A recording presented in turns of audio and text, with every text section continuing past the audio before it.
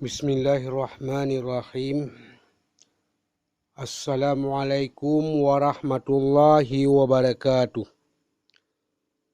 Alhamdulillahi rabbil alamin. Wassalatu wassalamu ala ashrafil anbiya'i wal mursalin. Wa ala alihi wa ashabihi ajma'in. Amma ba'du, faya ibadallah. Usikum wa iyaya bitaqwallah. La'allakum laqad fazal muttaqun. Pertama dan paling utama, marilah kita panjatkan puji syukur kehadiran Allah Subhanahu wa Ta'ala. Dan selawat diiringi salam, marilah kita sanjungkan kehariban Nabi besar Muhammad sallallahu alaihi wasallam. Yang ulun pemulia membandum syedera ulun tuanna ke dalam bangsa Aceh yang sangat mulia. Bangsa Aceh yang mulia, baik pun inong maupun agam. Yang ulun laki bak seluruh bangsa Aceh yang merasa darah daripada Indatu, menyona yang kasilap kembali bertaubat, menyona yang kasilap kembali bertaubat. Kalau yang ada yang sudah silap salah, marilah kita bertaubat.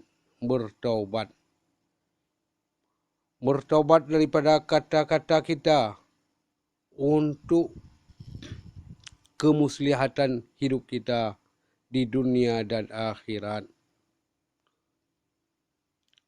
Bangsa Aceh yang sangat mulia, kalaulah kita berbicaralah secara santun, sopan dan santun. Itu yang sangat dituntunkan oleh baginda Rasulullah sallallahu alaihi wasallam yang menjadi contoh tauladan kepada kita bersama.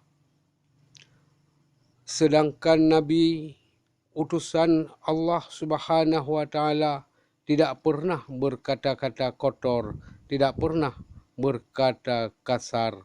Nabi Muhammad sallallahu alaihi wasallam, dia saat berkata tetap lemah dan lembut.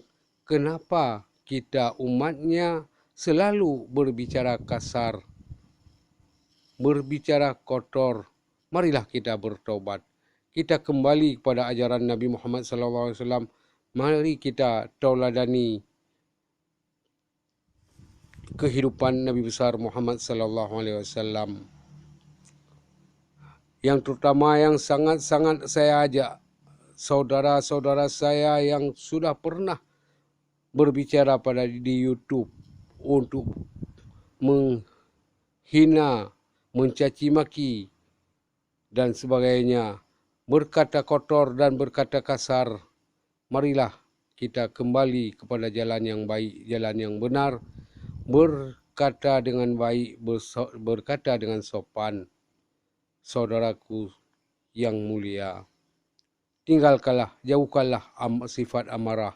Amarah itu adalah kawan daripada syaitan, kawan daripada syaitan. Kembali kita ke jalan yang benar, jalan yang tepat, jalan yang diajar oleh Rasulullah sallallahu alaihi wasallam. Bangsa Aceh, bangsa yang terlebih, bangsa yang mulia. Baiklah nombor tutu dengan tutu-tutu yang gatal. Baiklah nombor tutu dengan tutu-tutu yang kotor, yang kuto-kuto nyan. Nyan hanagot, menyopole kena sampaikan. Sampaikanlah yang baik-baik, nepegah yang god-god, nepegah secara nasihat.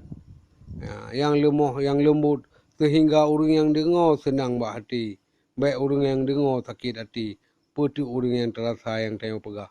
Orang yang tanya pegahnya ada juga bermangat hati berarti didengar, berasa simpati kepada tanya.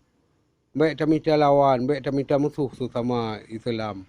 Baik tak hina orang Islam. Baik tak hina umat Nabi Muhammad. Wahai syiralun. Nak ke tanya jina